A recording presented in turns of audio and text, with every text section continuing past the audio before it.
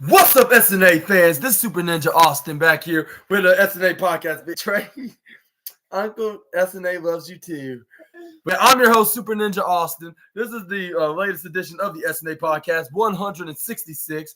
This is the AEW Collision part 17. Yeah, that's what Uncle Super Ninja Austin's friend says on YouTube. He's very funny when I do these introductions. But yeah, we're gonna talk about what exactly went down on AEW Collision tonight, like an hour ago, and we're gonna start off today with Eddie Kingston tonight, I should say, taking on Claudio Castagnoli. The first match in the third round of the Continental Classic Blue Leagues side of the tournament, and we're gonna see what exactly went down. Talking about that right here, right now. And yeah, it was definitely a war, like to show that Gunther was gonna add Eddie Kingston to the envy list, perhaps 500 more times for hitting those deadliest chops onto his arch rival slash frenemy, I suppose you could say. He was doing it repeatedly to him, in the beginning of the match. This is where fans were like, woo, woo, like if Ric Flair was in the room, but I don't think he was at tonight's AEW Collision. But this is where he tried to go for a running drop kick. Oh, Birdie Bird, be careful with that. But anyways, this is where he tried to go for a middle drop kick, but he catches him in midair, do the Claudio swing right on the Eddie, like about a dozen times, I suppose. That's where no Trey, you not landed right onto the cam. But anyways, this is where Claudio Castagnoli, after he did it about a dozen times, this is where he hits the sharpshooter. Of course he would do. What if it's a signature finishing maneuver? He would do that after he does the Claudio swing, formerly known as Cesaro swing. But anyway,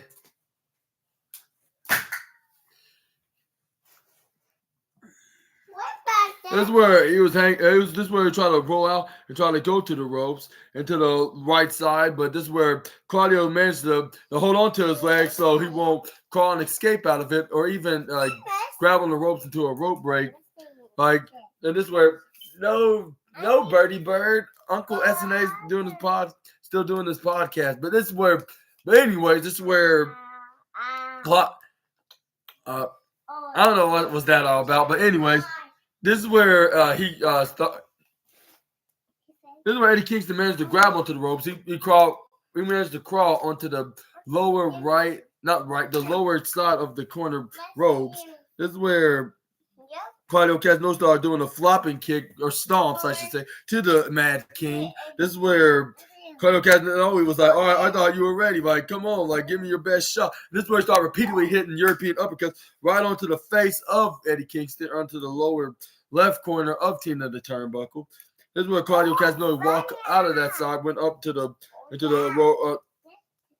right onto the upper left side. This is where he went back down, hit a thunderous drop kick right onto the head of Eddie Kingston. Looking like he could have won. It looked like if this is this dominating finishing maneuver, which it probably would have worked if he had it as his finishing maneuver, of course. But when he tried to go for the pinfall, Eddie Kingston kicks out of 2.5 because it's not per se his signature or even finishing. Okay, Birdie Bird. Y'all be fine. But anyway, this is where he tried to go for a pin, but he got 2.5 count. Trey, don't. Fire. No fire. Yeah, fire. Silly Billy. But anyways, this is where Claudio Castagnoli picks up Eddie Kingston, even though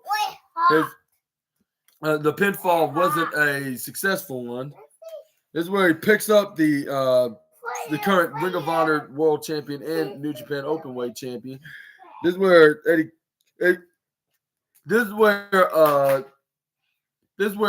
Kingston hits a right hand right into the midsection of Claudio Castagnoli, but he hits a right forearm right to the face of the Mad King. And this is where Eddie Kingston started hitting chops, which he probably earned himself 500 more envies from Gunther on his list. This is where Claudio Castagnoli hits forearm because he do not want to have anything to do with Gunther, I suppose. And his deadly chops. And and no longer want to be compared to Giovanni Vinci, because considering like he grew a facial hair and he's bald, and he has the similarities in a way with the former Swiss cyborg of WWE. But anyways, this is where Claudio Castagnoli started stomping on to Eddie Kingston. This is where Claudio was like what move I should do next. This is where he thought of a move. This is where Claudio Castagnoli picks up the Mad King. This is where he goes to try to go for a body slam, which he hits a diving body slam right in the middle of the ring. This is where he tried to go for a pin, but he only got a 2.7 count. This is where Claudio was a bit frustrated when he figured out that he was kicked that Eddie Kingston kicked out of it. This is where he puts a knee onto the side of Eddie's face and starts stomping on it. And then he rubbed this bottom of he rubbed the bottom of his boot right onto the face of the Mad King and shoved it right onto the side. This is where Eddie Kingston started fighting back when Claudio had him against the lower left corner turnbuckle. This is where he started hitting strikes and uppercuts, but this is where Eddie Kingston started hitting right strikes right back at the Swiss Superman of AEW. This is where Claudio came back, started hitting a couple European uppercuts until he started hitting a few forearm strikes, and then he goes left and right. It's like something that he learned to do at the Blackpool Combat Club's dojo that they usually train at. And also use Wheeler Yuta as a punching dummy.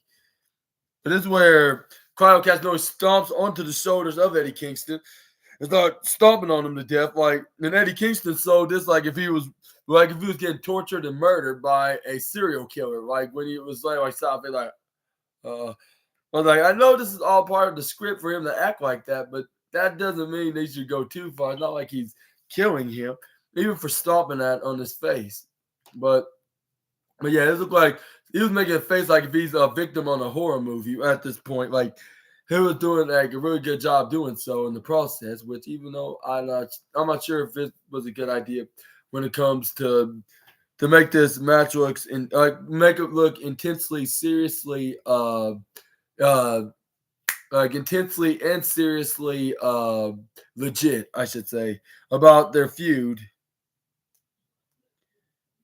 This is where Claudio had Eddie Kingston right on the mid ropes. This is where he was about to go for a top rope suplex maneuver right onto the Mad King.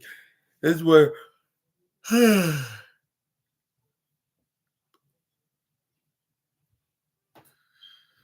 this is where he hits a right hand right to the face. This is where he started repeatedly doing until we were right on the top rope, about to go for a suplex. This is where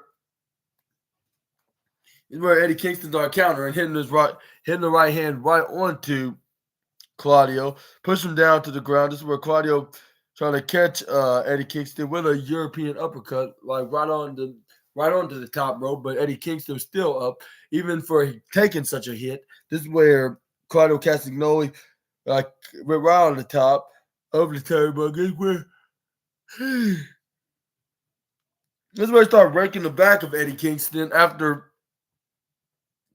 This is where he was raking the back of Eddie Kingston when he started trying to fight back. But he used that as a distraction, which I believe it worked in some way, because after he did such a move, this is where he picks him up and go for a suplex off the top rope, avalanche suplex, even I should say, bringing Eddie Kingston down on his back. This is where he goes for a pin, but he only got a 2 count out of Eddie Kingston. This is where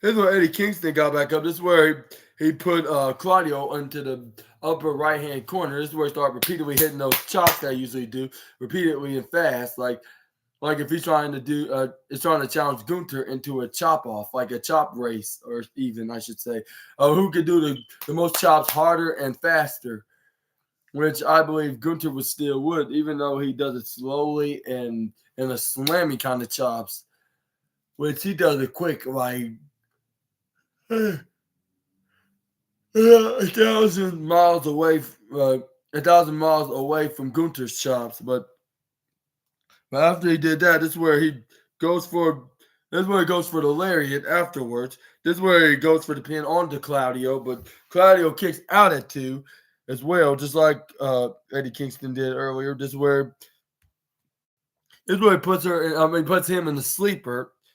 Or not stretch, put him in a sleeper stretch bomb, I should say. But this is where Claudio managed to flip out of it. This is where Claudio goes for get up into the ring. This is where he goes. Let's see. This is where the fans start chanting, "Let's go, Eddie!" Clap, clap, clap. Like, let's go, Eddie. And they start clapping. And I was like, oh, yeah, here we go again. Like Blackpool Combat Club, like a Blackpool Combat Club being like the a-hole heels, while when it comes to them against babyface, but when it gets heels, they are the badass babyface.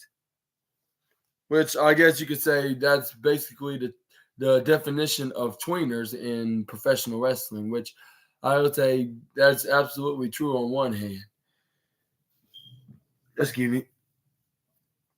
But yeah, continue to let me know y'all thoughts about the statistic about the BPCC in the comments down below. This is where Claudio Castagnoli went right. I had Eddie Kingston right into a sit down.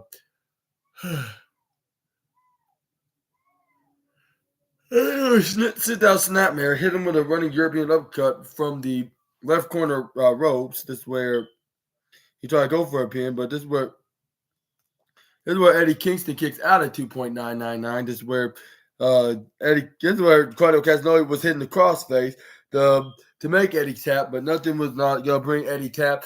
Not even a Coquita clutch was not going to bring him down. And he started crawling toward the right corner ropes, grabs on it, and got the rope break. This is where Claudio picks up Eddie Kingston. This is where started doing a hammer elbow strike right onto Eddie Kingston. This is where Claudio Castagnoli was going to hit about to hit the straight jacket power bomb. This is where Eddie Kingston trying to go for the back fist, but this is where Claudio Castagnoli blocks the European uppercut. This is where Eddie Kingston hits a knife edge chop. Not knife edge chop. This is where he dodges that and he hits this is where Claudio hits a European uppercut out of nowhere. More than Randy Orton's RKO is. I'll say not thin. I'll say just as it was just as nowhere than as an RKO, I should say. This is where he tried to go for the pin, but Eddie Kingston kicks out at 2.999. This is where Claudio Castagnoli was like, "Are you serious? Like, how did he kick out of it?" This is where Claudio was like, "I gotta finish him off." This is where he started hitting elbow strikes right onto Eddie Kingston. This is where Claudio was on his knees.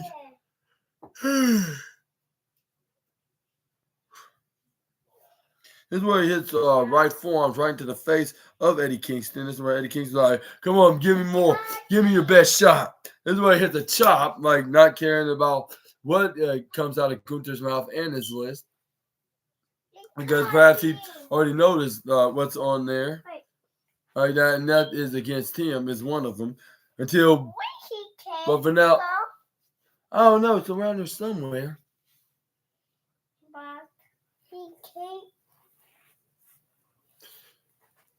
But anyway, this is where we start throwing fists and forearms right to the face, bringing each other down. This is where Claudio. Yeah, it's Kaji. Anyways, this is where Eddie Kingston dodges a clothesline when Claudio tried to attempt to go for one. This is where Eddie hits a snapdragon Nelson suplex. This is where he hits the back. This is where he hits the back fist on the Claudio Castagnoli, but Claudio Castagnoli intercepted to a European uppercut. But still, Eddie Kingston hits a back fist out of nowhere. After Hey, Trey, you. I need to lay down. Lie back. All right now, this is where Eddie Kingston goes for the pin and got the 1-2. A 1-2, which was almost a 3, but I guess you could say it was a 2.999. Trey, you be careful.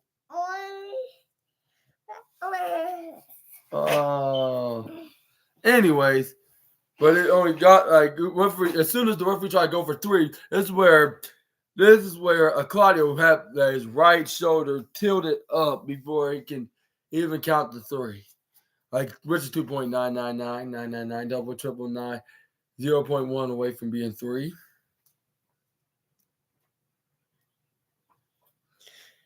This is where we had 3 minutes remaining during the match. This is where Eddie Kingston tried to hurry up and put away the Swiss Cyborg and try to go for that sit-out power driver he usually do. But this is where Claudio was rolling out of it. This is where he knees him right in the head. This is where he tried to go for the power bomb. This is where Eddie Kingston, not Eddie Kingston, this is where Claudio Castagnoli hits a right hand right to the midsection. But this is where Eddie Kingston hits a right strike right into the face of Claudio. This is where Eddie Kingston tried to go for the pile driver, but this is where Claudio Castagnoli flips out of it into a a backslide surprise rope, which is known as the most devastating move in all of sports entertainment. This is where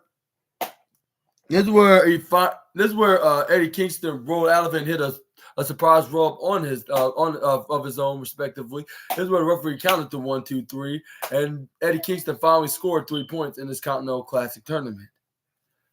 I guess he move up to someone who's every winner tonight. Of the whoever's gonna win, like between, I guess Andrade. What if it be Andrade, Bryan Danielson? I'll say between one of them two, like there's gonna be next against Claudio Castagnoli. And let me know down in the comments below. Let's move on to the next slide, which is. But also, I want to give a huge congratulations to Claudio Castagnoli, the former Ring of Honor World Champion. Okay, Uncle Julian needs to find his little glue stick, which it's in his bag somewhere. I'll do it as soon after I get back. What are you talking about? My back hurts. Oh, your back hurts? Oh, poor birdie. Oh, that hurts. Oh. Let me get my beard. You go ahead and get whatever you want out of there. Wait, what's what John Moxley said? He was like y'all like everybody should see what the wind is like in the certain weather, and you're gonna be surprised when the wind's gonna bring coming out of Continental Classic base. Like it's supposed to be a hard sport. Like everybody, we're sure to have a lot of buzz and a lot of power. Like it's cheap and being at the top and stuff. Like it's like where like it's another thing entirely, completely. As in this, that I'm the number one guy in the AEW, and for Swerve Strickland, and a guy like you and your possessions, like you about like now. You like when you ask when's the price when you're not willing to play, and if you're gonna be the guy that's gonna take me out, that wherever it will be. Like he's like next week with Swerve Strickland and John Moxley, like the Goose and the Demons, I believe he said, are gonna be chasing me into the ring, and he said, this is gonna be something that you've never done before. Again, it's gonna be a long night. Like so, I said, you pack.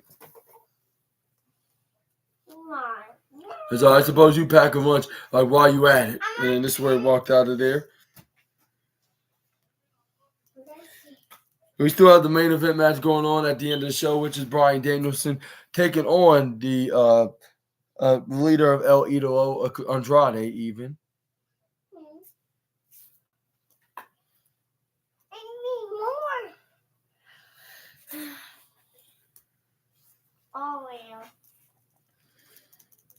This is where we're going to move on to the next one, which is Willow Nightingale giving the fight that Mercedes Martinez was expecting, because she did challenge her at last night's AEW Rampage.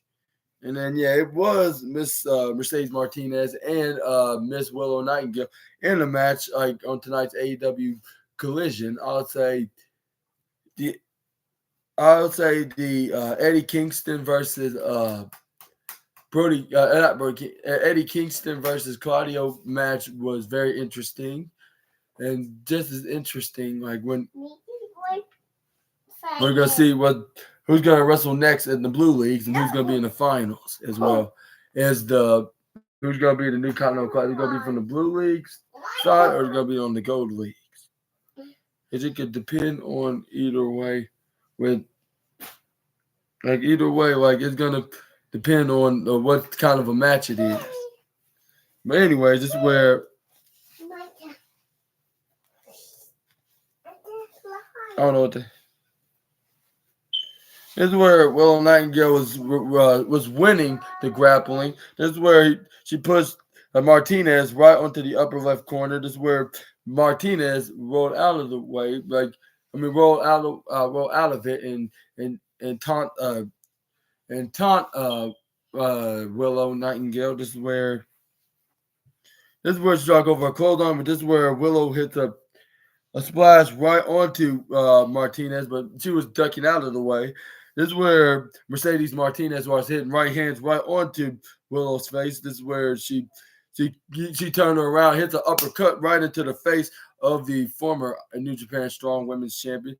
This is where she started stomping onto Willow Nightingale right into the upper right corner into a brutaling beatdown kind of manner. This is where Martinez picks her up, hits a striking, slicing uppercut right onto the jaw. This is where he turned her around. This is where she tried to Irish whip her from the right-hand corner ropes. This is where she gets struck with a right forearm. This is where she Irish whip her right from the right to the left. But this is where Willow twists under her arm. This is where she hits a striking clothesline right onto Mercedes Martinez. This is where Willow was hyped up and get ready to do a comeback. This is where she picks up Martinez. This is where she started hitting striking clotheslines right onto the shoulders of the former NXT star and mainstay Ring of Honor star. This is where the referee was counting like 1, 2, 3, 4. This is where she Irish whips her right into the right corner ropes. This is where she gets shoulder tackled by Willow. This is where she hits a big boot right into the face of the her. This is where she hits a running senton running through the upper corner ropes and then down in the middle of the canvas with her back first, right onto the canvas and stomach standing up in the air. Just where her gut or midsection up front towards the up in the sky. But this is where she rolled out of the ring with Diamante trying to see what's the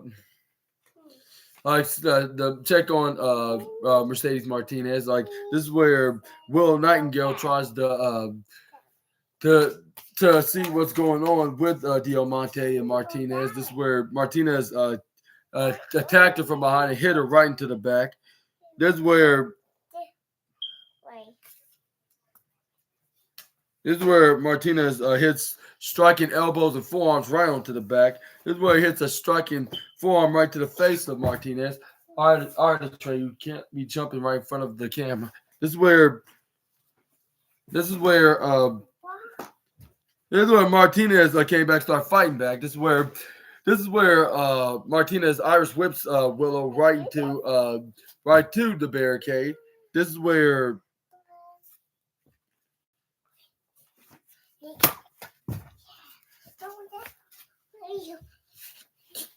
This is where she brought her back in the ring after a brutal beatdown in the ringside area. This is where, let's see, and this is where she started hitting suplexes, perhaps like Three Amigos, of course. This is where she was like 1, 2, 3.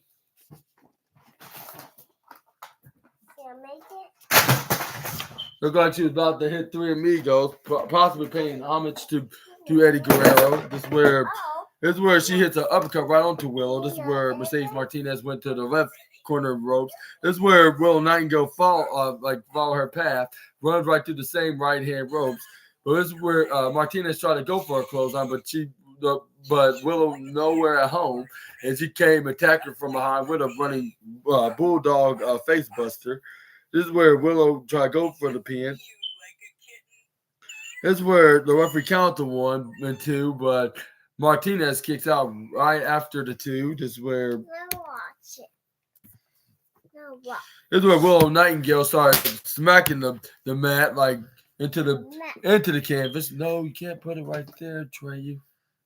This is where she hits a running striking elbow right onto the upper left hand corner. This is where she hits a mid rope missile drop kick. This is where she made Mercedes Martinez went right to the lower left-handed corner into the turnbuckles, into the bottom turnbuckle. This is where Willow hits a cannonball right onto Martinez. This is where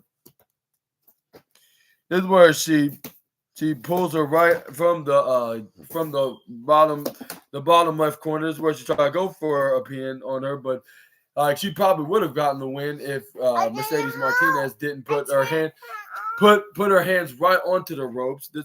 Right on the ropes, I believe.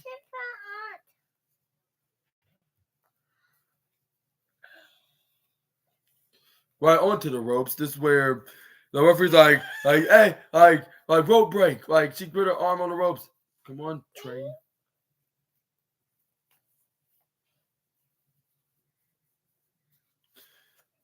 This is where Diamante. Come on. This is where Diamante tried to distract Willow Nightingale. This is where Willow Nightingale easily hits a striking right forearm right into the face of Diamante. This is where Willow Nightingale tried to go for her finish or sit out gut wrench powerbomb onto Mercedes Martinez, but she grew out of it. Because after when Willow tried to go for an attempt and her back gave out, this is where she hits a upper slap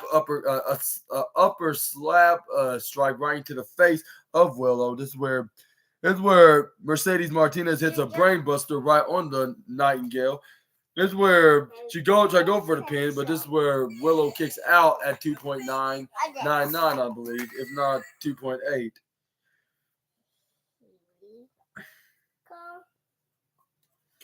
This is where Martinez was very upset and very frustrated. This is where she was like you're not gonna. This is where she was like you're not gonna beat me, and you're not gonna keep kicking out like this. And this is where she started booting her right into the face, which I was like, well, how you know that she's not gonna keep up kicking out like this? If we're gonna keep hitting moves that she's gonna kick out of, like, no disrespect to Mercedes Martinez, but yeah, that's just 2 + 2 = potatoes right there. Like, well, just a personal opinion. This is where she hits a back spinning suplex right onto Willow. This is where she soon after he picks her up, goes for another one for the second time in a row. This is where no, you can't slingshot over here. This is where Mercedes Martinez gets back up. This is where she does the no. How many times do I have to tell you not to keep slingshotting that over here? This is where much. Okay, can you take this out in the living room, Birdie? Let's take this out. But this is where Mercedes Martinez was stalking Willow Nightingale, like when she was rolling right onto the upper left corner. This is where she picks her up into a wheelbarrow position, like picking her up, putting her onto onto the middle rope or the middle turnbuckles, like on the ropes. You did really? But this is where he started kicking onto. This is where she put her up on it. She hit the single right axe handle right onto the back of Willow. This is where she tried to go. This is where Martinez hits a Razor's Edge crucifix powerbomb right off the mid rope. This is where she tried to go for a. This is where she tried to go for a pin, but she got tricked by Willow Nightingale with her playing possum, because as soon as she tried to pin Willow, Willow put her legs right around her head and grabbed onto her legs into the most unique version of the most devastating move in all of sports entertainment, the surprise roll up, and got the 1, 2, 3. Like, yeah, that was pretty great from the New Japan, the former New Japan Strong Women's Champion Willow Nightingale. But unfortunately, this is where Martinez is Mercedes Martinez, let me rephrase that with her full name, like attacks her assistant Diamante, try to attack Willow Nightingale. This was a double team situation. Willow at first tried to bring both women down and start hitting both women with punch blows. I want to try it. Maybe after I do my review, okay? Right here. Okay. I'll do it right here.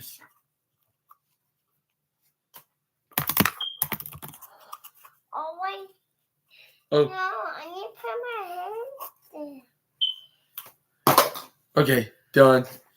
Anyways, this is where they started double teaming and the numbers were too much for Nightingale. This is where Chris Statlander came out and fought them off and send them running like back to the backstage. But before they can do anything else, this is where before they can do anything else, do that and do anything else. This is where after Chris Statlander had a prevent them prevent both Diamante and Martinez hitting Nightingale with that pole, like with a pole like pipe, I should say. Like this, where she ran out and came for the save. They thought that she was coming up front, but she was coming from behind. And this, where she, not a pipe. It was she didn't grab the chain. She already had the chain right on her hand. This is where she was swinging the chain on both Mercedes Martinez and what's her name, Diamante. And we haven't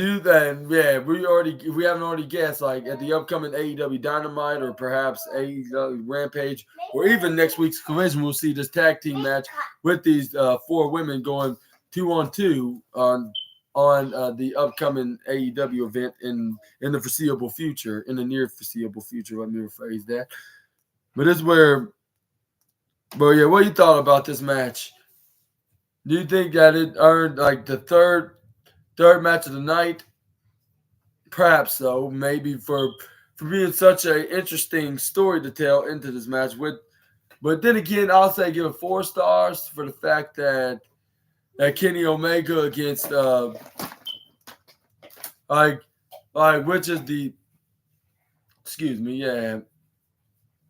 which is the it was. What was it? That's what I was talking about. Like, I'll say the Kenny Omega versus All Ego Ethan Page match is the 3rd match of the night, while the 4th I'll say is Willow versus Mercedes Martinez. But and because the 2nd match of the night is definitely Eddie Kingston versus Claudio, and we have Bryan Danielson against Andrade, which I would say I would give it 1st match of the night, which. I'm not sure a degree about the match finish though, but we're gonna get to that in just a moment. But this is where what's his name? Matt Menard, Cool Hand Ange, and Jake Hager had a couple of complaints about Danhausen because on the ground. Because about they had an issue with Danhausen when they were facing the Best Friends like a week ago, I believe.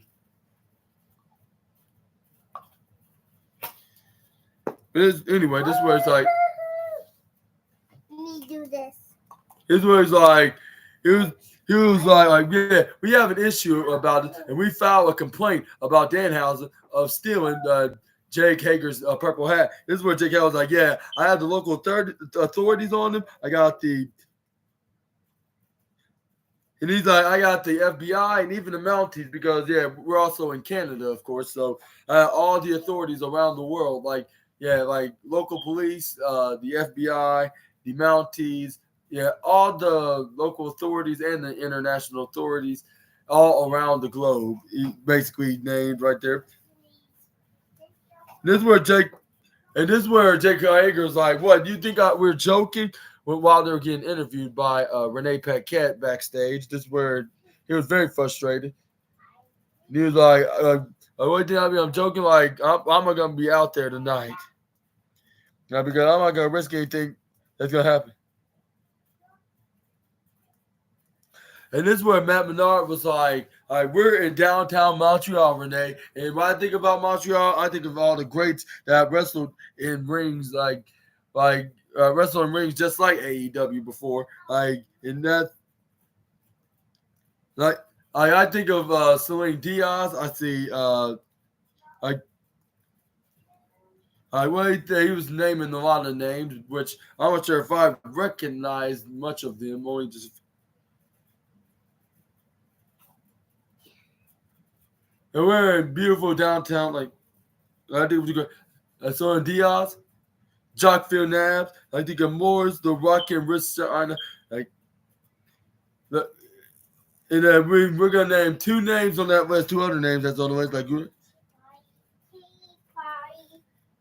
And he's like, and that's Cool Hand Ange and Daddy Magic, and nothing not doubt about it. Okay, good. Thank you so much. That's gonna keep me waking up. And this is where Cool Hand Angelo Parker was like, yeah, we've been dreaming of this moment, and we're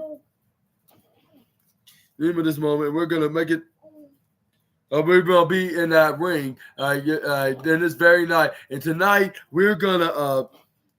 It's the night that's gonna happen, because we're gonna wrap it all on. Thank you. Yeah, I like it. Thank you. But yeah, we're gonna show that with our friends and family that's gonna be watching it here tonight. The people, the people are gonna have a show that they'll never forget. And this is where Matt Menard was like, yes, that's right, because and he shot something in Italian, which I can't recall at the moment, but he did. Okay, thank you. Thank you so much. This is where Ruby Soho ran into Cool Hand Angelo Parker as soon as he was about to leave the interview booth. This is where she was like, hey, have you seen Saraya around here? This is where Saraya was like, hey, and then this is where she was like, Ruby, what are you doing here? I'm sorry, Renee. Hey, this is not your fault. You're just doing your job as a journalist. Sweetie, you just might have to leave. And this is where Renee's like, okay, I'm not gonna be in it. So I might as well go. And he's like, because you already have some issues enough. So I'm not gonna argue with you either way. So this is where Saraya was like. And this is where she started arguing with Matt Menard. He was like, hey, Angelo, I'm not Angelo, I mean Matt, you better, or should I say his full name, proper name, Matthew, hey, Matthew, why don't you get your boy away from my girl? And this is where he was like, excuse me, that's not. And he's like, that's not just my problem here. Yeah, your girl is what's that word? You're but your girl's no better than my boy because she's the one that's flirting right back at him. He's like, you know what? Angelo, come back to your senses. And he grabs him, pulls him away from Ruby Soho. This is where they walked out of the booth. And this is where Saraya was telling Ruby Soho's like, why you're hanging out with these losers for, huh? Like, you have any explanation? What? And she was like, I've been looking for you all day. And this is where Ruby Soho tried to answer, but she got instantly interrupted by Saraya. It's like, it doesn't matter. Like, he was you need to stop seeing Angelo Parker, and I smell the betrayal on you, and I'm gonna end this right now. And you reek, and you're disgusting me right now, and you're disgusting. You are evil. You're just. You're gonna leave just like Tony Storm. Like I can see it in your eyes right now. You're just gonna leave, and there's not gonna be no outcast anymore. Sorry, no more. Sorry, Miss Jackson. Ooh. But anyways, and she was like, "You've never been there for me." And this is where Ruby Soho's like, "Oh, really? I haven't really been there. Yeah, you never been there. Niggas. Yeah, next week when you read." And he was like, she was like, next week when you face Riho, you're gonna prove to me, and I mean, you better prove to me that you still want to do this as the outcast. Like, but then this is where she tells Ruby Soho, you stay with Anna Jay. Like, you stay with somebody that's loyal, just like her. Like, maybe you'll learn a thing or two about her. Perhaps convince the ending is dropping this angle and actually convince her real life boyfriend that was on Impact Wrestling to come to AEW. Which I'll say I wouldn't mind it if Tony Khan sees any talent potentials in the guy. But what do you think about this storyline with Ruby Soho and Angelo Parker? Y'all let me know down in the comments below. And this is where Swerve Strickland went on to send a promo video, like a promo video with him sending a message to John Moxley. He's like it's like I don't care if it's like the NFL commissioner, like this whole tournament, like this whole tournament is made for me from this damn company. And he's like, what if it's in that ring, or what if it's a pay-per-view? What if it's me getting interviewed teams here on the field at Jacksonville? Talking to the NFL commissioner, Roger Goodell, it don't even matter. I'm in the industry. Like, so we'll save all this footage. Please stock all this stuff, Mox. And so we go run this all back. And I'm the leader of the top of all elite wrestling. And he was like, I'm making history. Like, first starting off with the Continental Classic. And two, like John Moxley next. Like, that's Texas. I can't wait for that. And I call myself the ace. Like, I'm hungry. Like, I'm feasting as well. And he started chuckling up. He's like, I just need that. You said you drink blood, Mr. Moxley? You said you do all this violent stuff, Mox? Like, well, I do too. And he's like, let's see in Arlington, Texas. And he's like, and he said his catchphrase, who's house, Swerve's house. This is where we have Wardlow taking on Willie Mack because, of course, he attacked Willie Mack's best friend, which was, who was it? It was, but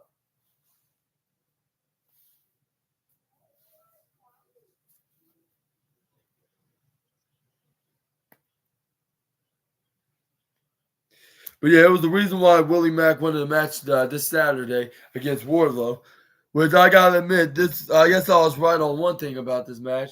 Whatever this match is gonna be more quicker than AEW than its recent matches with the likes of Griff Garrison and Matt Sydal.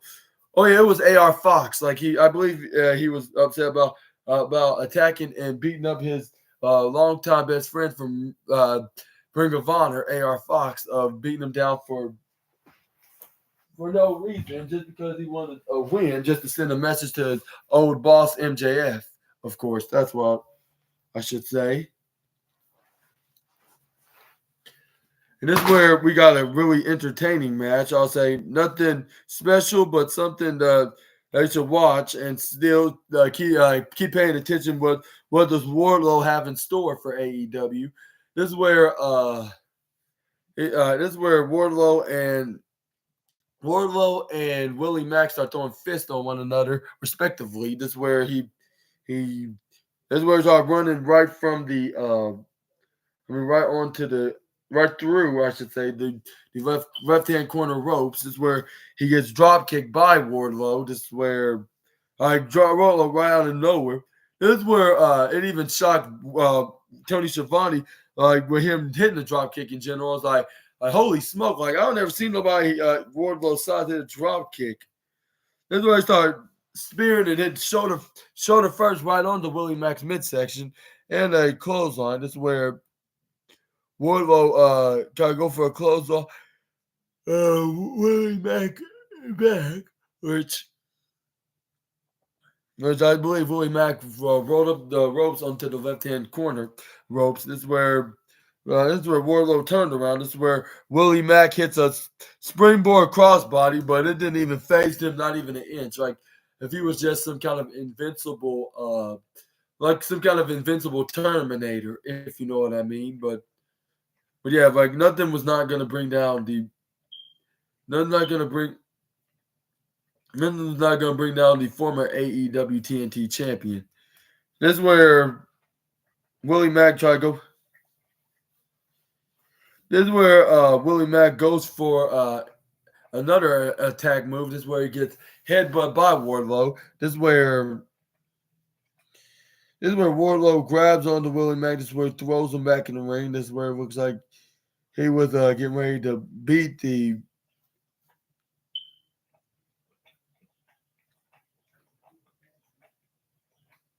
And then this is where Wardlow put Willie Mack right onto the corner, into the upper right hand turnbuckle. This is where I try to go for a running clothesline. But this is where Willie Mack rolled out of the way. Like this is where Wardlow hit his whole entire front body right into the corner turnbuckle pad, the triple turnbuckle padded corner. This is where Willie Mack tried to go for the surprise roll up, but this is where he only got a 2.2 count. This is where Willie Mack tried to go for a pinfall again, but this is where he only got a one even count. Like after that, this is where Willie Mack tried to go for a running Hurricane Rana, but this is where Wardlow grabs onto Willie Mack, hits a powerbomb symphony into an interception. This is where he's like he must be done by now. This is where he's like 1, 2, 3, 4, 5. This is where he's like, you're not gonna call the match. Like he's like, okay, like that means more powerbomb symphonies for me. Maybe double time, which he hits another powerbomb symphony. This is where he hits this large clothesline out of nowhere right onto Willie Mack. This is where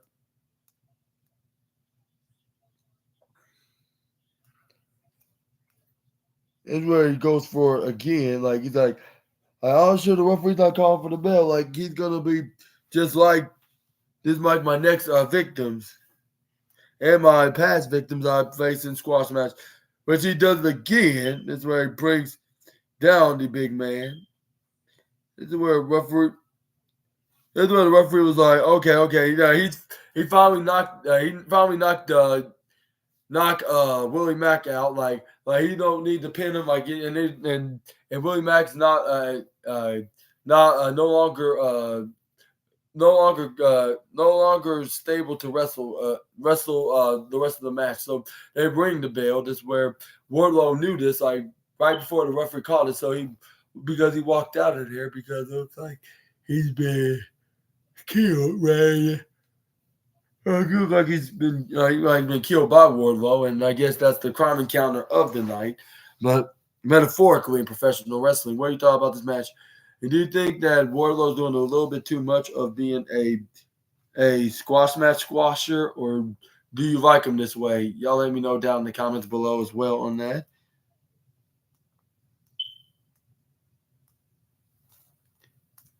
This is where we got the House of Black sending the message to FTR with them saying, and this is where they're like, and this is where Malachi Black was said the words and his messages of saying like no one's not coming for him, and you're just making a huge mistake of not joining the House of Black, basically. Before I continue on that, I'm gonna be right back.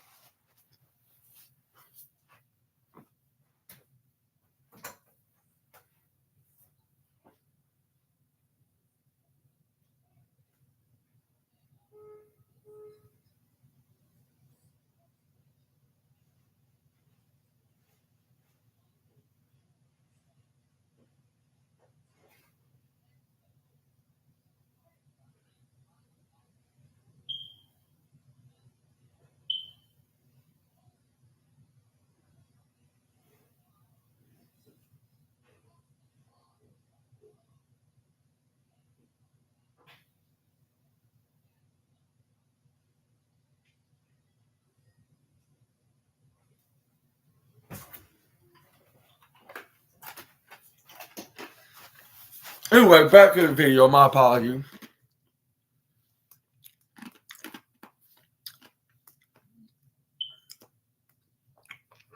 But let's move on to the next one. Let's take we play Jericho getting attacked by Big Bill and Ricky Stark after the Full Gear pay-per-view. As I say, the Full Gear pay-per-view. Well, Eddie Kingston will say it, but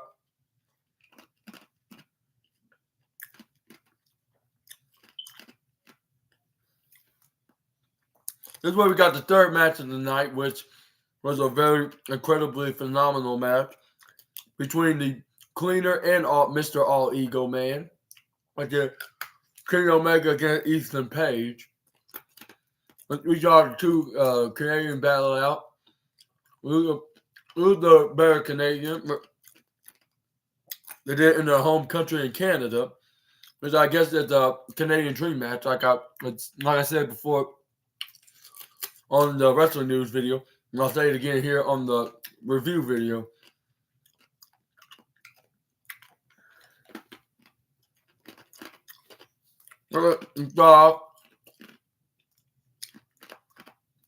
Kenny Omega and All Ego Ethan Page spinning around. Handshake and show of respect. Because, of course, they do, because they're both baby faces. Like any typical babyface would do. And they also mentioned that Tony Nese slammed All Ego Ethan Page right through the table at Ring of Honor on a Ring of Honor TV tapings as well, which I talked about that on the Wrestling News earlier. Like when it's gonna message on social media on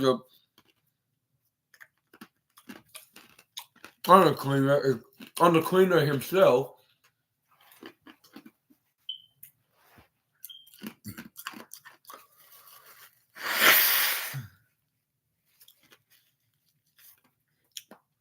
But anyway, this is where Kenny Omega got in the belly move on the Ego Ethan Page. That's where Ethan Page rolled out of it. That's where he twists the arm right onto Kenny Omega. That's where he hit. That's where Kenny Omega put a sleeper right onto Ethan Page. Where Ethan Page rip him right onto the upper corner ropes. Is where it gets shoulder tackled by Omega. Omega runs right onto the exact same rope. This is where he gets shoulder tackled by Ethan Page. This is where Ethan Page started hitting knife edge chops right onto a single action right on the face of Kenny Omega. That's where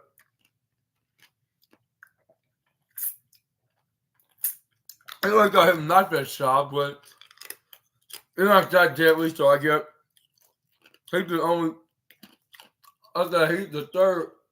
I think the third ever AEW wrestler to get a pass from Gunther, I guess. But where Ethan Page Irish whip Kenny Omega right onto the lower left corner of King of the Turnbuckle. That's where he try to go for a running spear right onto the corner. That's where Kenny Omega's dodged it about an inch and went right from behind, turned him around, hit him with the Hurricane Rock. Kenny Omega had sent him onto the outside. Kenny Omega's like patting onto the ground, onto the ropes. This is where he tried to run, just go for a dive and fly and go to the outside. But this is where All Ego Ethan Page came out of nowhere, hit a springboard right through to the middle ropes onto the left corner, and it's a thunderous cutter right into the ring. That's where Kenny Omega rolled out of the ring. That's where Ethan Page had the upper hand. That's where he goes to the ringside to retrieve Kenny Omega and get him back in the ring to finish him off.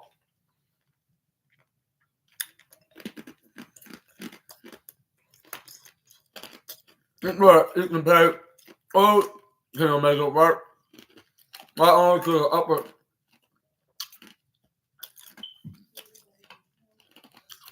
I put Kenny Omega right onto a barricade, but I believe he kicked. This is where he shielded himself. He hits a back super kick right in the midsection of All Ego. This is where he hits a springboard moonsault right off the Barry Barricade's tombstone, landing right onto Ethan Page. That's where Kenny Omega was extra hyped up about. That's where he picks up the Mr. All Ego man. This is where he Irish whip him back in the ring. This is where Kenny Omega's like, rise of the cleaner. This is where he hits him with his turtle crushing famouser, like running from the right hand corner to the left hand corner, and then right onto All Ego Ethan Page. This is where he goes for the pin. This is where referee count to 1, count to 2, but Ethan Page kicks out at 2.5. That's where Kenny Omega tried to go for a couple of blows right onto Ethan Page, but Ethan Page counters back, hits forearms and strikes right onto him.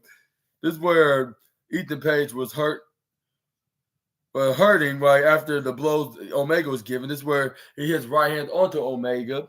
This is where Omega fell right back. This is where he tried to go answer back to Ethan Page.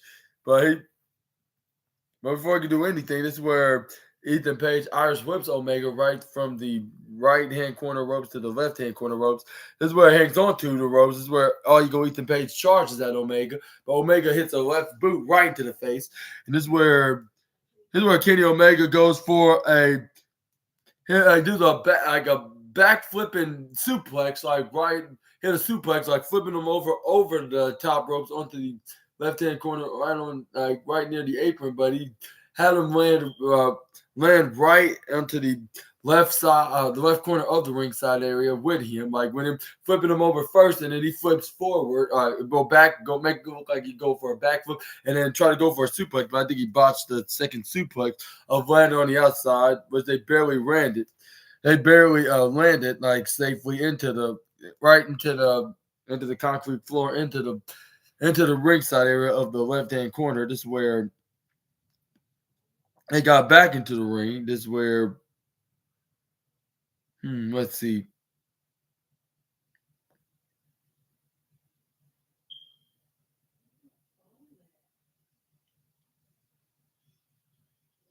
This is where Kenny Omega goes for a fireman's carry like maneuver, turn into a like a Green Bay plunge, like if he was Mr. Kennedy. This is where it goes right into the middle ropes. This is where he try to go for a moonsault, but I believe All Ego Ethan Page roll out of the way. Like he hits face first right onto the canvas, which is not a beautiful landing to do when you're in a wrestling ring. I'll say the second thing, the second place, or if not the third place that you want to get hit at, next to the concrete floor and the apron. But this is where all you go to the page try to go for a big boot, but this is where Kenny Omega counters it. This is where he hits the double Nelson Snapdragon. This is where Kenny Omega gets back up. This is where Kenny Omega was getting ready to finish off the all ego wrestler. This is where he had him.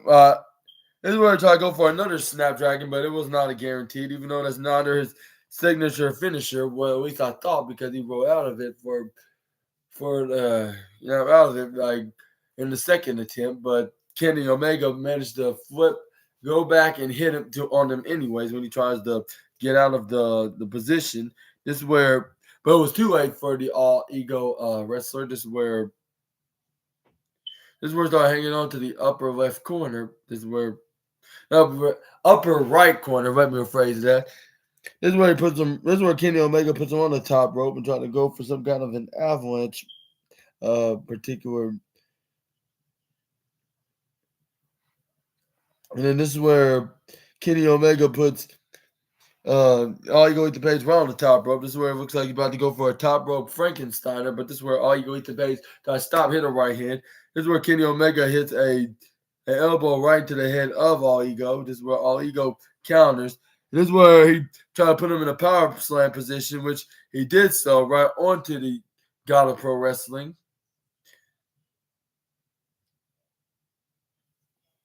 And we try to go for a pin onto Omega, but he only got a 1-2 and did not get the pinfall.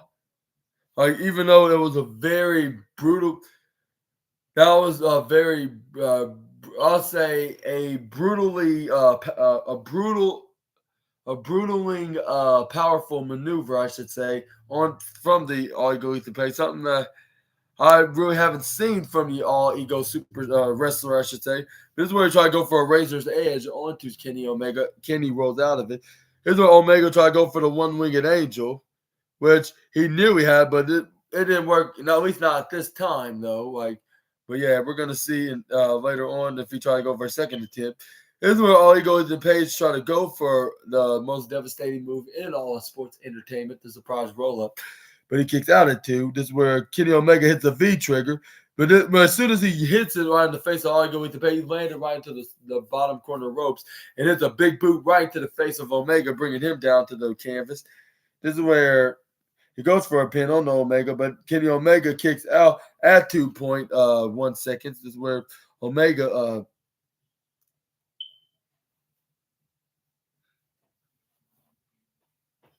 This is where Kenny Omega kicks out and try to go for the most devastating move in all sports entertainment of his own, but he kicks out at 2.99999999999, double triple nine, like a negative 0.1 away from being 3.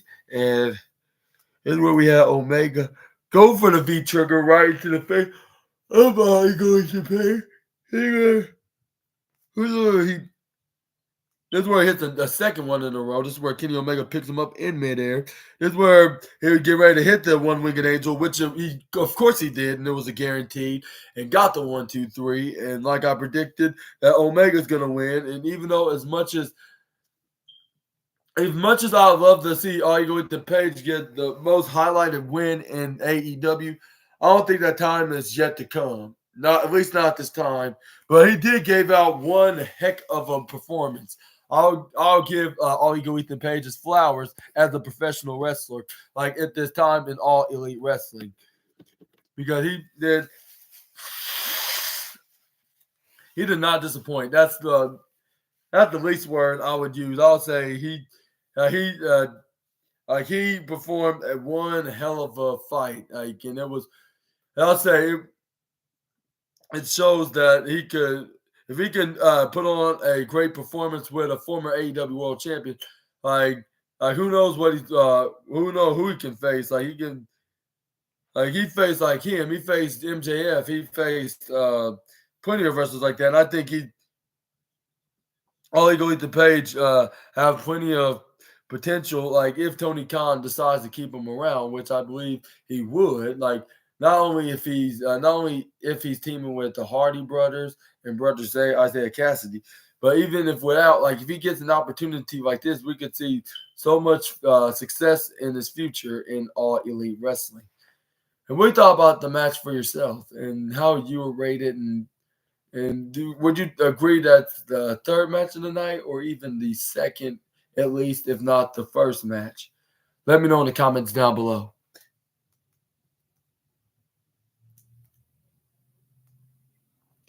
But this is where Kenny Omega was about to leave the arena, but he gets attacked from behind by one half of the AEW Tag Team Champion. And that man is none other is Big Bill. And he attacks him, making a statement like that they're gonna, if him and Jericho's gonna gonna team up and face him and his tag partner Ricky Starks, then they have another thing coming. Like they're not gonna easily get the AEW Tag Team Championship, but on my personal opinion, I believe they will. Like they can mark my words on that. Like, and let me know what y'all think about this. And genuinely, let me know in the comments down below. And all Eagle Ethan Page runs Big Bill off. Like, but I don't think he was really scared. Like, but he does, I guess, playing smart. I guess you could say, because getting attacked from behind by getting attacked from behind attacking behind Kenny Omega, and well, he said he's not running because he's scared away, but he just not gonna let him spare because he's already barely walking on his feet. Like he didn't do anything that made him very ticked off. So yeah, but we'll see this match like very soon, whether if it's a week or two or even a month. Like we'll probably see this tag team match with Kenny Omega and the Young Bucks taking on Big Bill and Ricky Starks. And then this is where we move on to the next segment, which is a backstage interview with Lexi taking on CJ Perry. I mean, not taking on. I mean, Lexi interviewing CJ Perry. My apologies on that. And this is what she had to say, like your client, like Andrade El Idolo, will take on Bryan Danielson at the third round of the Continental Classic tournament. Like, well, it's kind of a rematch, like rather than a rematch, like rather than not a rematch. I mean, what am I talking about? I mean, like which is match they were supposed to wrestle in a couple weeks ago, but luckily they're making this up for this week, like to see who's gonna win and who's gonna score. I believe.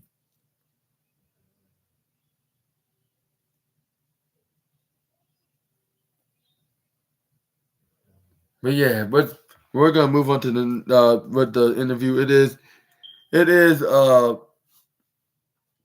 CJ Perry. She's like Lexi was like I know I have a lot of pressure tonight, but can you walk me through exactly what your feelings are? This is where CJ Perry gave an explanation. Like, have you seen like what Andrade can offer in the ring? Like, he's been born to this. I just do this. He's a multi-time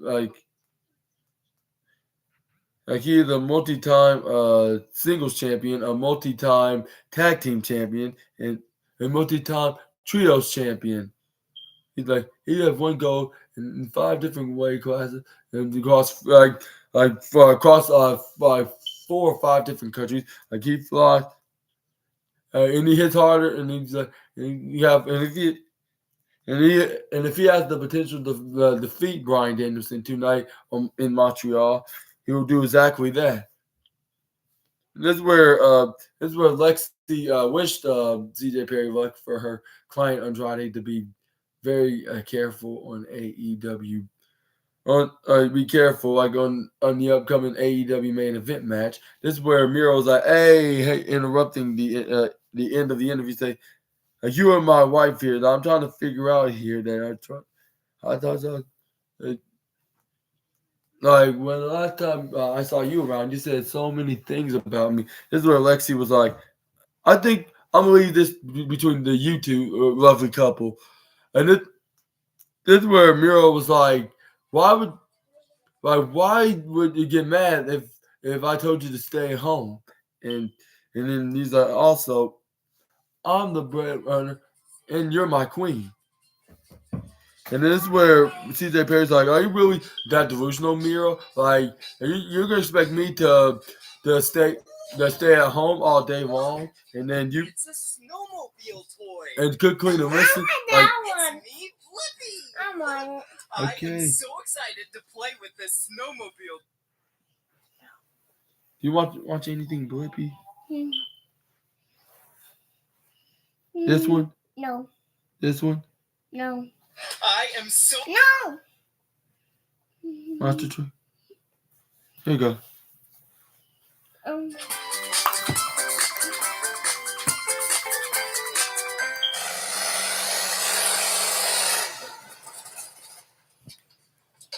whoa. But anyways, she was like, yo, you expect me to cook, clean, and listen to you? Like, Let's go. and this is where it's like, he's like, make up your mind, like, honey. And this is like, get your hands dirty. He's like, when my dad, with, like my dad bring home the fish, my mom cleans the fish. And he's like, my dad, like, he's like, my dad that killed, what he said? oh Whoa, look at that. It's a drink. Yeah. He's like, my dad, like, my dad fish, like, my mom cleans the fish. And then he's like, when my dad kills,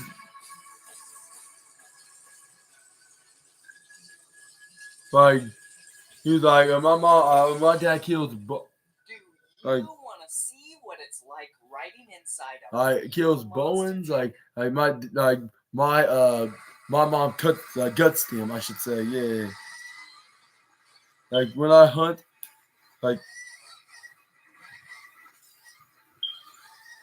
when I hunt, and then this is where, Lana crossed her arms. This is where this is where she was like, "What's that supposed to look like?" She was saying like, "What's that supposed to mean?" This is where Miro was like, "Listen, like I'm gonna take it easy on you." That was really cool. And he's like, "I'm not gonna touch a client until that day." And then this is where he's like, "At this tournament, at least for now. But once it's finished, so is he will."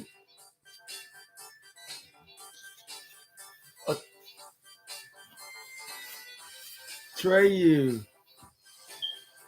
Anyways, I was like, what's that supposed to mean? Like, say, well, once this tournament finishes, like, he will be too. Like, like, let's hope he's not trying to commit no crime against the leader of El Idolo, which I don't think he's gonna be doing so anytime soon, luckily. But we cannot be too careful though. Like, just keep your fingers crossed. But what do you think about this storyline with Miro and his wife CJ Perry and her being the manager of Andrade? And some tells me that Miro's not the only jealous wrestler that's seeing this alliance with Lana and Andrade El Idolo, or the former Lana and that's CJ Perry now managing Andrade El Idolo. Because a certain blonde hair Flair from SmackDown is probably getting envy. Is feeling very jealous and envious right now, if you know what I mean. Like, considering the fact that she's married to the client of Miro's wife. Whoa, that jump. That jump. Whoa, that jump. Can you please don't do that on Uncle SNA's leg? That jump. This is where we got. That jump. This is where we got a vignette with Abaddon and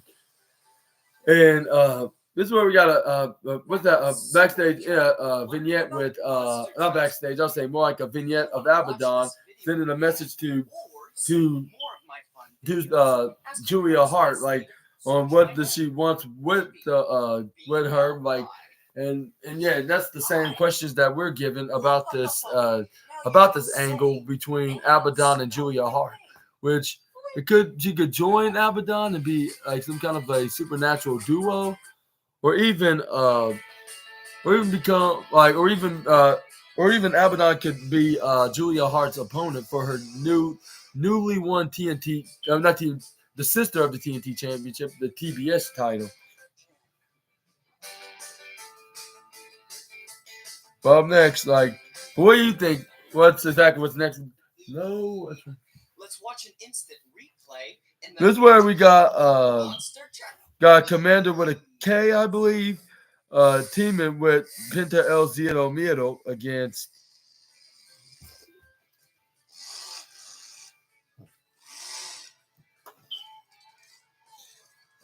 Oh yeah, Matt Menard and Angelo Parker. That's who it was. Like, and I'll say this was very decent tag team match. Something that we would watch on AEW Rampage like yesterday. This is where Trey, please. That's not what it's for, Trey. Not that one. But anyways, this is where the fans start chanting "Ole, ole, ole, ole, ole, ole." Like if Sami Zayn was in the building, I was like, "Hey!" Like I was thinking like, "What's okay?" I'll put it on Kaji.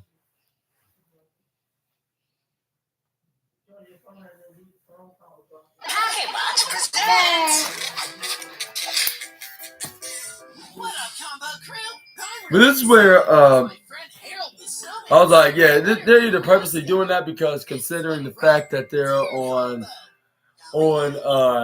in Montreal, Quebec, Canada, and Montreal, Quebec, Canada, and they're." But I do know it involves toys, scavenger hunts, and eggs.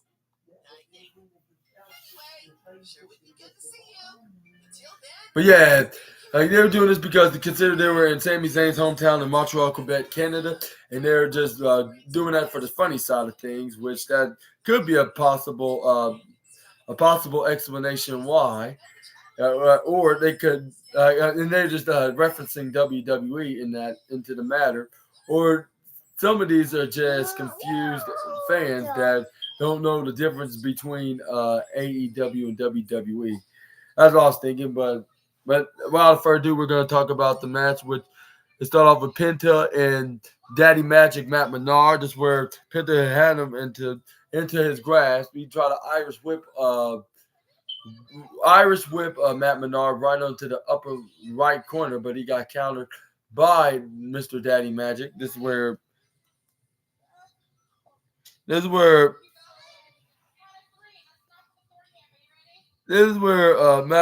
This is where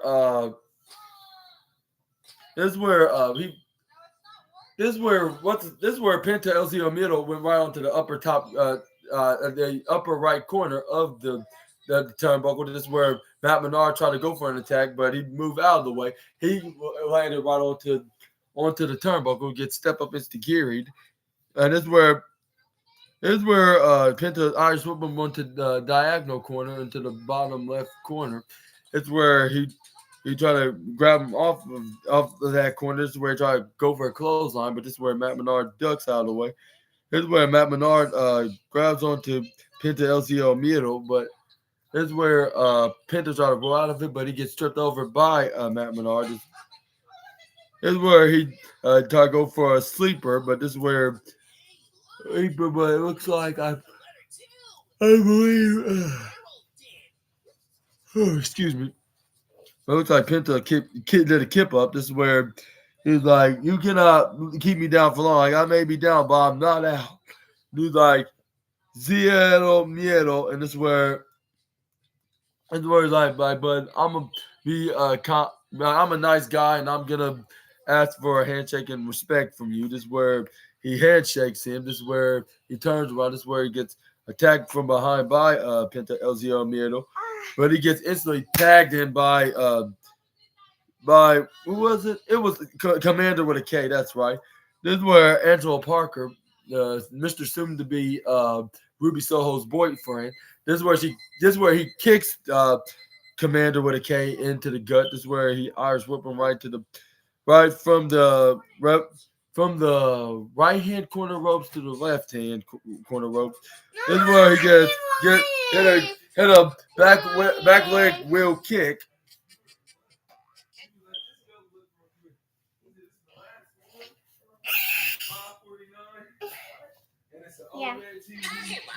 Yeah. I'm messing with it like that.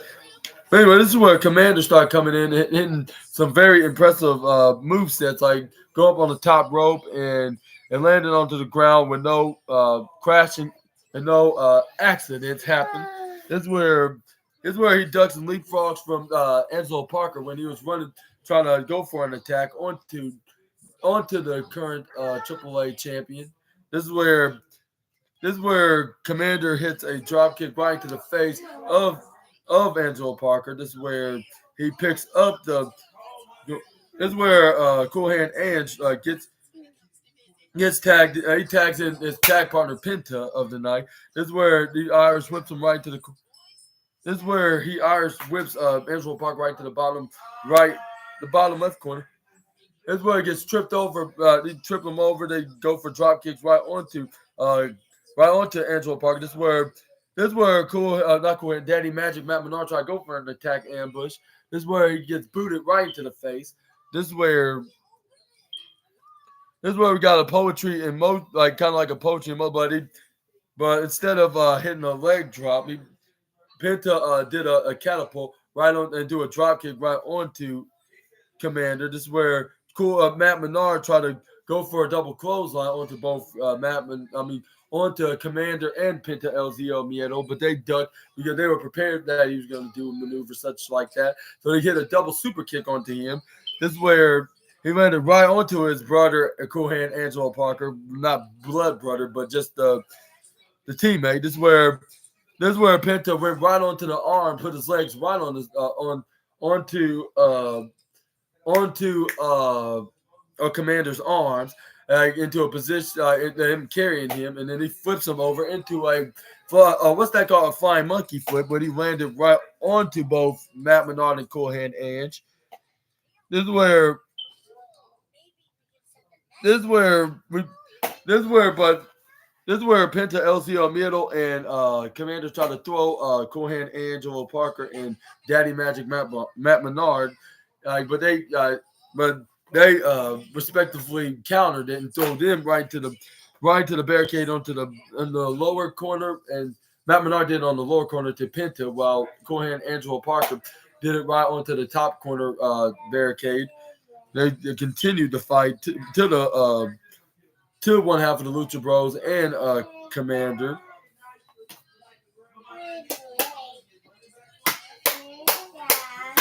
But this is where it got back in the ring. This is where Penta was right on.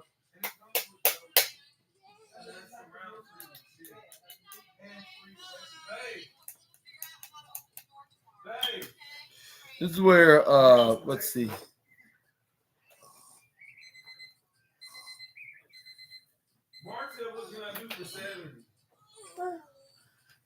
And yeah, Alexa, so we can tell the TV to change the channel. We can tell about. But this is where, they got back in the ring. This is where Penta and them hits. This is where they got I believe was Cool Hand Ange, was it? Yeah, it was Cool Hand Ange, and it was Penta. He got him in that sit-out power driver position while Penta went right and run right on the top rope, hits a foot stomp right onto the bottom half of Cool Hand Angelo Parker, and they did a double team. He got the 1, 2, 3, and this was a very interesting mid-card match. This is where we got a sit-out interview with Keith Lee, and this is where we got a vignette of a sit-out interview with Keith Lee and Shane Taylor. This is where they talk about they go way back from the original days in Ring of Honor. This is where Keith Lee was like, this He was like that, like that. He's yeah, like I've been waiting for this moment. Like why Keith Lee? Like why you're not? Like why you haven't fight me when I challenged you like a couple times before? And he was like, what are you talking about? Like I've been waiting for you when you want this match to be taped. And he's like, and this is where Keith Lee also said, like, you don't also have an answer for, like, Shane Taylor don't have an answer for Keith Lee, which he referred to themselves as their names, respectively. And he's like, when we do have this match, you're going to learn your lesson. And when do you think that we're going to have this Keith Lee versus Shane Taylor match? It's going to be at a Ring of Honor event or an AEW event, which I think it should be at an AEW event, even if it's World's End, even though I'm not sure if it's needed or not. But perhaps I would say I think we should do this match anytime soon. I think we should finish this unfinished business feud with Swerve Strickland and Keith Lee, which they didn't really have a proper one-on-one match with Keith Lee really getting his revenge with Swerve Strickland betraying him. But let's move on to the. But they're hyping up about Keith Lee. I mean, not Keith Lee. His former tag partner, speaking of which, Swerve Strickland taking on John Moxley because they're both undefeated at 9-0, like of the Continental Classic tournament. But yeah, this is where we got the main event of the evening, which is the American Dragon Bryan Danielson against the leader of El Idolo, which is Andrade El Idolo himself.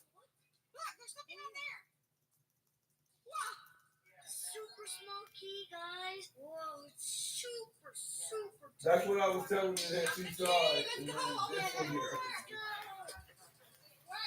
And this is where we got Andrade and we got Bryan Danielson in this match, which we haven't seen this match 2 weeks ago, but we're finally seeing this now. And this is not fair. I mean, not just a fair fight, but I should say what's that? I would say a fair fight. What's that word? This looks like a dream main event fight, I should say. Whether if this match is on AEW, WWE, New Japan, AAA, CMLL, TNA Impact, perhaps. Like this match looks like main event worthy. Like, which I see why this took place in the main event of tonight's AEW Collision show, which it's nothing to explain and describe about. Like it's not I guess nothing else to say of seeing why they put this match. Like it was pretty much the match speaks for itself. Like by watching it, because this is where they start off with the grappling and then Bryan Danielson still have the eye patch on his left eye because he had the orbital bone surgery on near his eye because he wasn't cleared to compete like 2 weeks ago. Like that's why they didn't wrestle from 2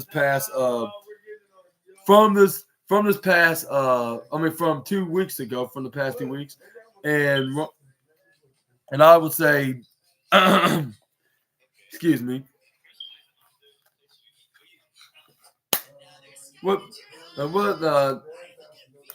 and it's the orbital bone, like which he still had the eye patch, but despite that, he didn't let that be a bother. At least not at first, but he still fought until the very end. Like, and yeah, you're gonna see exactly what I mean by that. But yeah, we're gonna talk about the match. This is where Andrade got Bryan Danielson in the headlock. This is where he was down on his knees. This is where Andrade was doing a headlock right onto the ground, like nearly, but both men on their knees Danielson on his right knee, and then Andrade on his right knee and Danielson on his left knee, until Bryan Danielson Irish whipped him from the left hand corner to the right hand corner. And maybe it's kind of random, but it's random. It kind of reminded me when Brie Bella and Charlotte Flair fought for the Divas Championship in, I believe February in Fastlane 2016, the last time Brie Bella wrestled in a full-time base. Unfortunate, Unfortunately, like we haven't seen Brie Bella wrestle in a full time since then, only in Royal Rumble matches. Maybe no, I could be wrong. I would say we actually saw Brie Bella wrestle. It was like in 2018, teaming with Ronda Rousey and her sister Brie Bella against the Riot Squad when Ruby Riot was still in WWE, teaming with the future Valhalla Sarah Logan and Liv Morgan. Yeah, this is where we got Irish Whip. This is where Andrade hit the shoulder tackle on the Bryan Danielson. Back to the review. This is where Andrade hits a headlock right onto Danielson. Danielson was trying to get out of it, like out of the hole that Bryan Danielson was in from Andrade. Oh yeah, that's what I wanted to talk about. Unfortunately, Daniel Garcia didn't face Brody King because I think there was not much of a match like with. Excuse me, and sorry, just a little later, and after this, I'm gonna go straight to bed. But anyways, this is where because I think because there was really not much of a point of doing that because it's not much of a point of doing that because I think they didn't have that much time to put it on there anyways. But at the same time.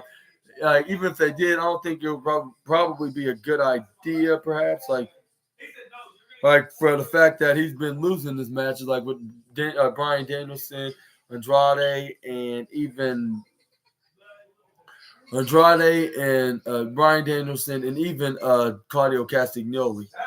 Which I'm not sure if he's still in the match, but I believe he has 3 more matches to do a lot of catching up, like of making it to 9 points, of course. But I think they're gonna probably postpone it until this next Saturday. I should say, not this next Saturday, but this coming Wednesday will be Swerve Strickland against Jon Moxley, who's gonna get the number 1 top spot on the Golden Leagues. This is where Andrade grabs on the Danielson's head into a headlock. This is where Aubrey Edwards was like, "Come on, Bryan Danielson, like can you?" This is where Bryan Danielson was like, I can still fight. Like, no, that I can't, that I cannot do. This is where Bryan Danielson gets out of the headlock hold. This is where he dips him right into the lower, right onto the lower, not lower, right, yeah, right in the lower ropes, I believe, the lower corner ropes. My apologies. Hits a duck from duck and a leapfrog, but Andrade came from the upper corner ropes, hits a shoulder tackle right onto Danielson. This is where he runs right from the bottom side rope. This is where Bryan Danielson tried to go for an arm drag, but he gets instantly countered by the American Dragon and get the arm drag instead. This is where Danielson. This is where Andrade gets pinned, but he gets kicked. But he kicks out at 2.999. This is where Andrade hits a spinning back suplex. This is where I think he landed so hard to the point that he landed face first right onto the canvas that was hurting his eye, like on his orbital bone. Like he was grabbing his eye, like it hurts like hell. This is where Danielson hit.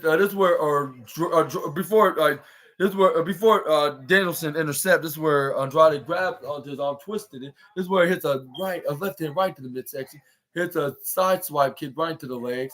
This is where he started hitting the former yes kicks, which is a different kind of kick, like some sliding, striking roundhouse kicks right into the face of the leader of El Idolo. This is where Mr. El Idolo hits a knife edge chop right onto Danielson, but Danielson entered back with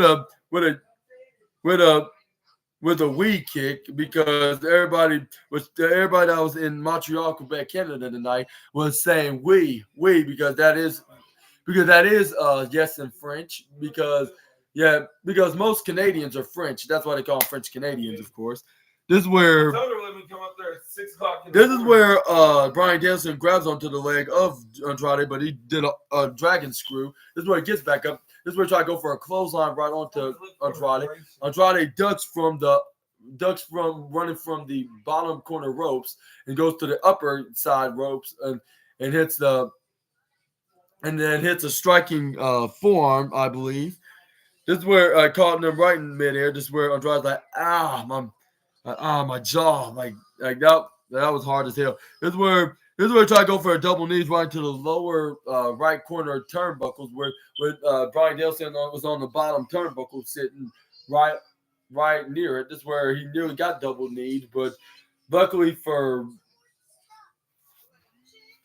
Andrade, this is where lucky for Danielson, he moved out of the way.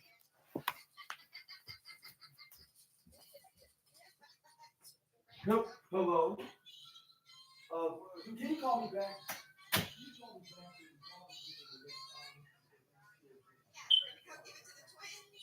Her new boyfriend.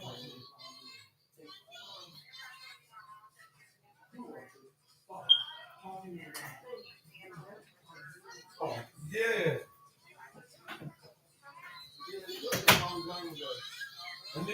Yeah. Excuse me, Sandy. Come on. I'm back. I'm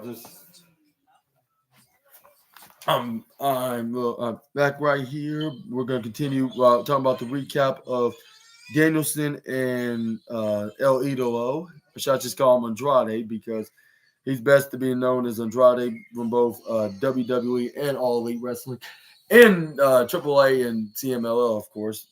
But anyways, enough talking about his resumes about his former employers and his current employers. Without further ado, let's continue on to the recap of.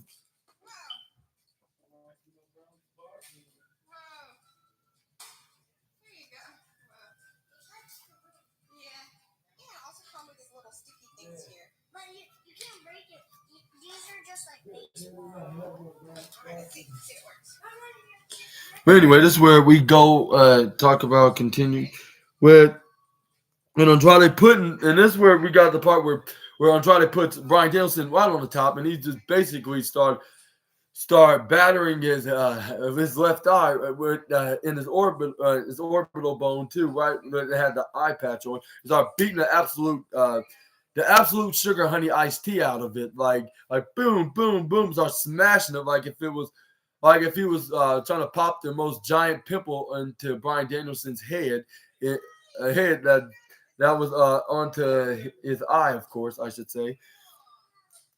It's like if he was trying to pop it, like if it was a gigantic pimple right onto the left side of his face.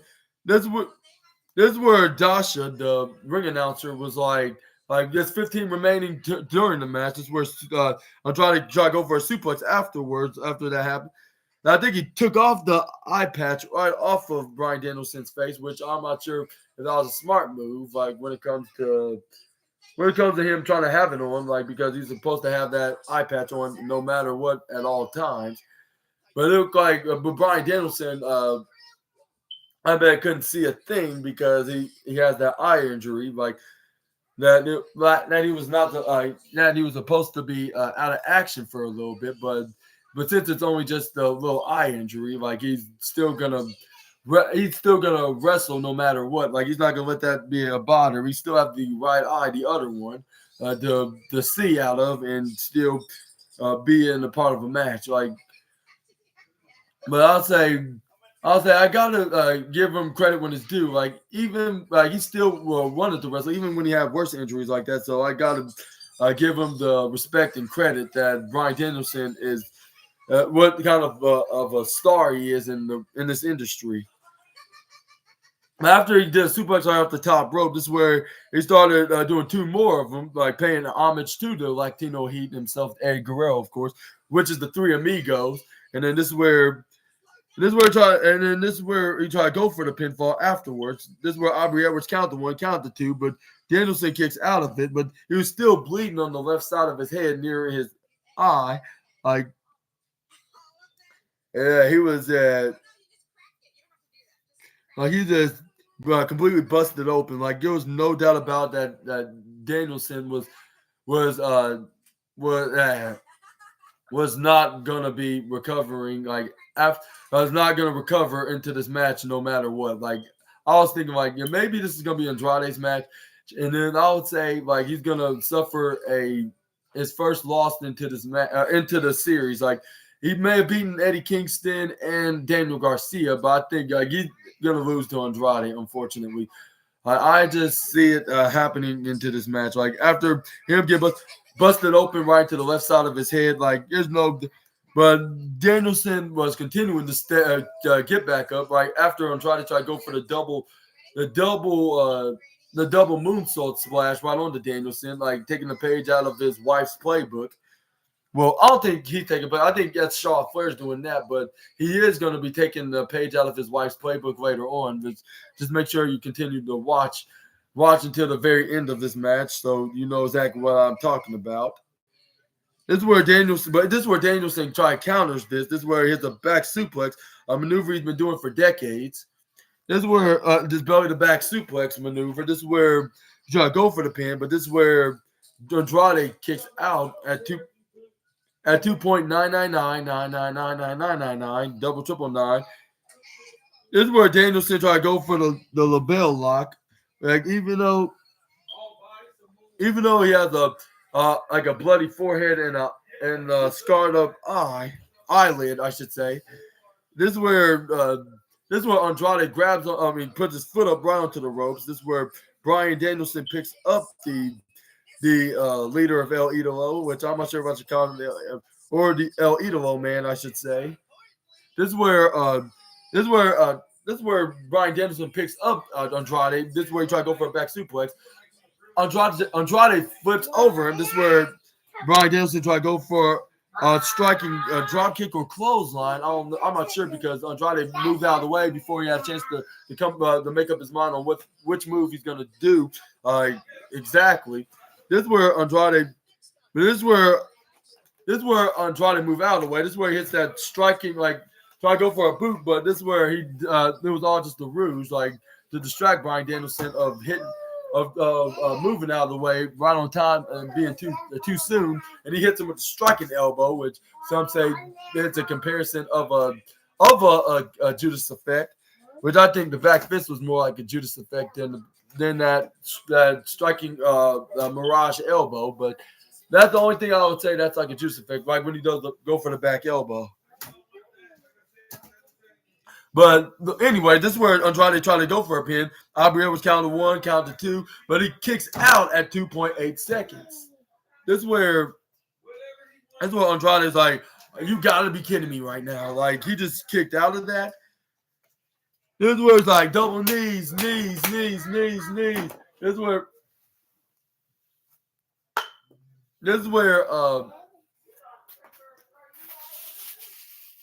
is where Dasha was like 4 minutes to remaining. This is where Andrade tried to go for the double knees. I believe he was double cursed because it didn't successfully execute.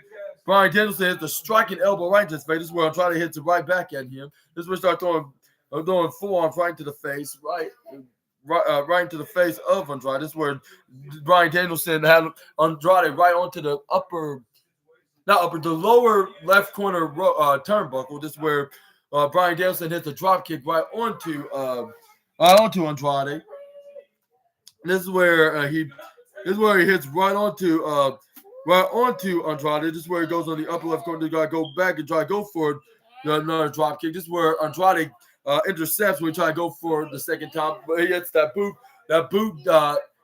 distracting elbow strike right onto the face of Bryan Danielson. This is where he had him right to the corner. This is where he was about his signature move, double knees right to the face, smashing his head right onto the bottom corner turnbuckle into the upper left corner. It looked like he just snapped his neck. Hello. I'm gonna go to a mask Halloween or birthday party, Birdie.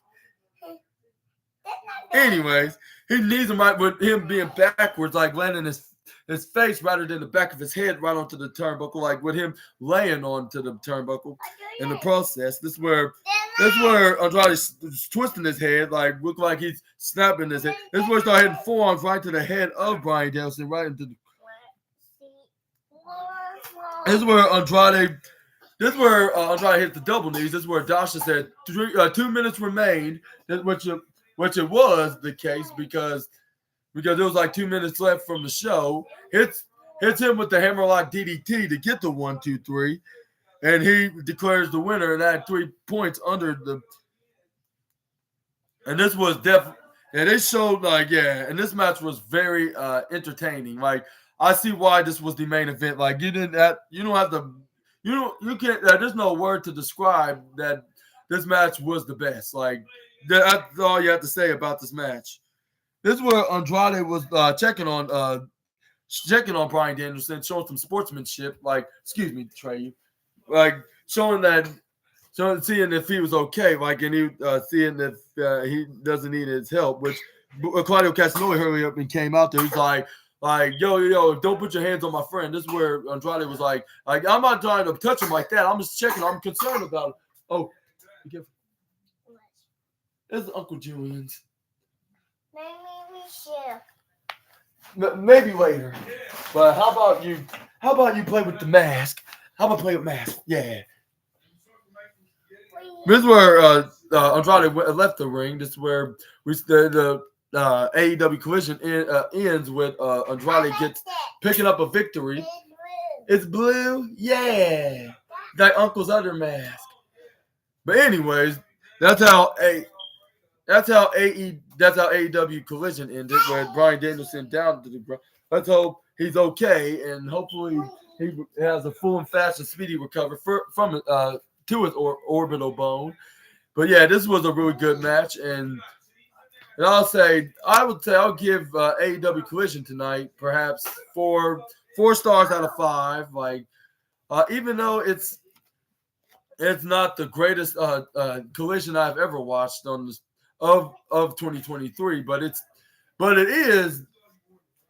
is like was really great to watch. Like it was good to watch that and an NXT Deadline at the same time, all in one night, of course.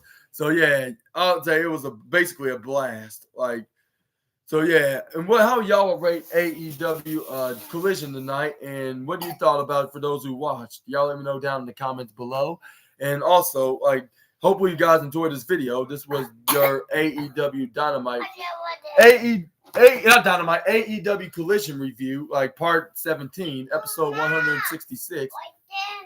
Oh, okay. No. I thought you said you wanted it. Never mind. Anyways, but yeah, I've been your host, Super Ninja Austin, and I'm Super Ninja Austin. And if you like this video, please hit the huge thumbs up button and comment down below. Subscribe, click the bell notification so you can be the first one to know when I upload my new video. And I'm not just done yet with my podcast. I also got the next one, which is the NXT Deadline review.